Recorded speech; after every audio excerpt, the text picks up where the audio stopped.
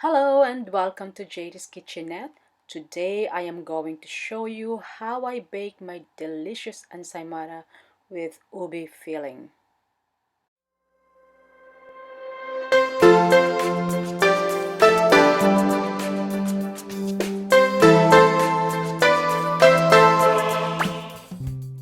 Our ingredients are 1 kilogram of type 405 flour or simply all-purpose flour.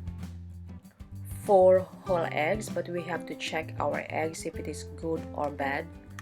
O diba, meron pa tayong pa-effect. I used Frau Anche butter, but you can use any kind of butter. Fresh yeast, 100 gram of sugar, and to add aroma, we add vanilla sugar, but this is an optional. You can also use vanilla syrup. 17 grams of salt, 400 ml of fresh milk, and for our ubi filling, I used the Tita Ellie's ubi jam. This is from Luna's Sari Sari store, so shout out to Michelle Marie's World. So let's start. First, we have to warm about 70 to 100 ml of milk, just lukewarm. Then add a little bit of sugar, stir, and then we crumble our fresh yeast. This is like an active dry yeast. We have to activate this first, but if you are going to use instant yeast, you don't have to do this step. Just add your instant yeast to your dry ingredients and then stir and allow to stand at room temperature for about 12 to 15 minutes. While waiting for our yeast to bloom, let us prepare our dry ingredients. Now, flour nestled when it is stored. So, in order to avoid any lumps, I suggest for us to sift our flour first. So after sifting, we have to add our remaining dry ingredients such as sugar, salt, and vanilla sugar. Mix it well and then set aside. We are done with our dry ingredients. Now let's go to our wet ingredients. So here I did not throw the egg whites because I don't like to waste it. Beat slightly and then pour the remaining milk.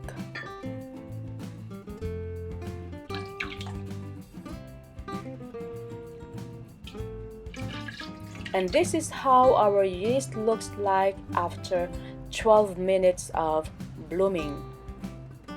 Just add to our wet ingredients, and then next is our dry ingredients.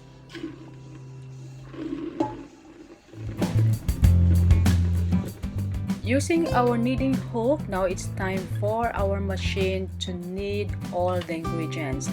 You can also do this manually, but you need at least 15 minutes or more to finish kneading.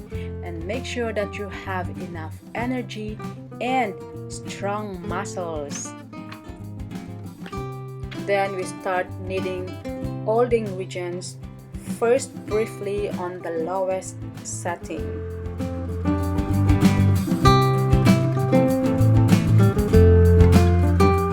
And then we will adjust the setting to a higher speed and knead until the wet and dry ingredients are well combined. So at this point we can see that all ingredients are fully incorporated, so it is high time for us to add our softened butter. And by the way, before we bake, make sure that we take the butter out from the refrigerator so it is softened at room temperature. Add gradually, and I consider butter like a moisturizing cream, so I am adding it after all the ingredients are well combined, and then continue kneading until it becomes so smooth. After kneading for about 4 to 5 minutes at a higher speed, I think our dough is now okay. So let us check.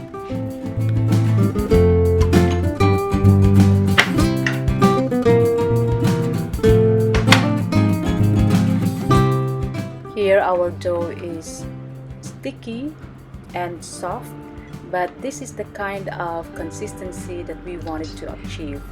Soft and sticky, so we have a very soft ensaymada.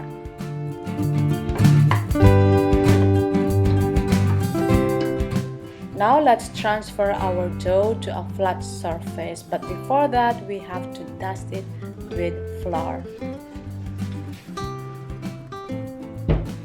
This is quite heavy and somewhat sticky, but this is normal.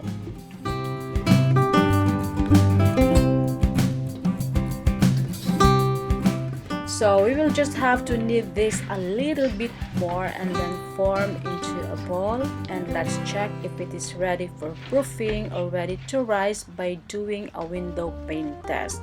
So just pinch a small portion of our dough and stretch it with our fingers until it becomes a thin film in the middle without breaking. So if it won't break, it means that we have sufficiently kneaded our bread dough. So we just have to put our dough back to the greased bowl and then cover with cling film and allow to rise or allow to rest for an hour. Next is washing and cleaning of all dishes and utensils that we used for baking. This is one of the hardest part or one of the struggle of being a baker, and I know a lot can relate to this. Unless you have an assistant or a dishwashing machine, since I don't have both, I have to wash them all by myself.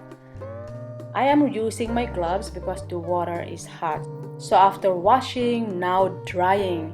How I wish I could work fast like this. So time is up. Let's take a look.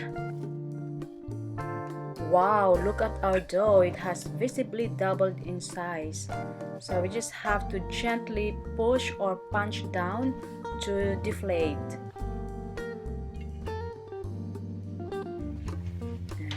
Wow, it looks so good. So before we start working on our dough, we have to grease our hands with butter as well as for the surface to prevent the dough from sticking to our hands. And then divide into 3 pieces and gently punch down to remove excess air.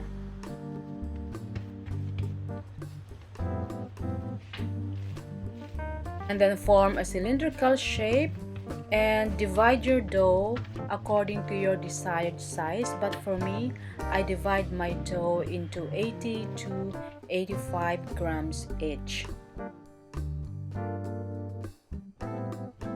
And then we are going to shape our dough like a ball by using our fingers and palm and roll it in a circular motion. And just repeat the process. Then cover with cling wrap to avoid hard skin and drying of our dough, and then allow to rest for about 10 to 15 minutes. It is important for our dough to rest so it will perform well. You could easily flatten, roll, and coil your dough if it rested well. For our ube filling, I am using Tita Ellie's ube jam. What I like about this jam is it is fully textured, creamy, and delicious. After resting for 15 minutes, now time to shape our dough. So we apply here the first in and first out method. So we just flatten our dough and spread the ube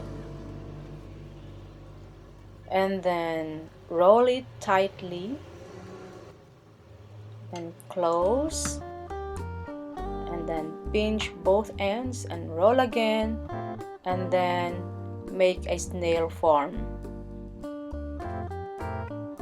So we are done with our first coiled ensaymada.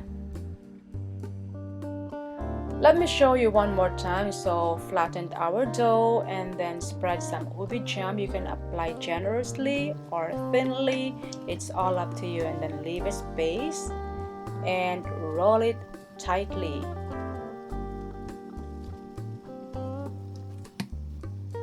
Then pinch both ends and roll it. My size for this is 16 inches or 42 centimeters long. And then shape like a snail or make a coil, and then tuck the end at the back of our dough. So we are done. Allow this to rest for about 2 hours, or it depends on the weather, but for this I rested this for 2 hours. And then after 2 hours we preheat our oven to 180 degrees Celsius or 356 degrees Fahrenheit, and then we bake this for about 12 to 15 minutes or until golden brown. And look at our baked ensaymada. How beautiful! This is the kind of color that I want, brown at the top and brown at the bottom. And look at that, our mouth-watering ensaymada. Now time to cool down. So while waiting for our ensaymada to cool down, let us prepare our buttercream frosting. For buttercream frosting, I am using softened butter, 2 tablespoons of milk, and confectionery sugar. A separate video will be posted soon on how to make soft, fluffy, and creamy buttercream frosting.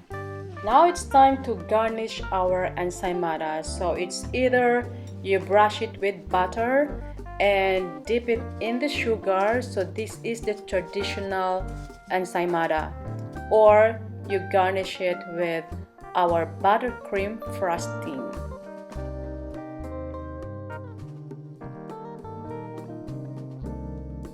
And lastly, we sprinkle this with our grated cheese. So what are you waiting for, guys? Bake now!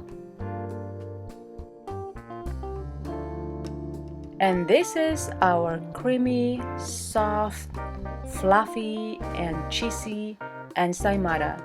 Thank you for watching, and see you on my next videos.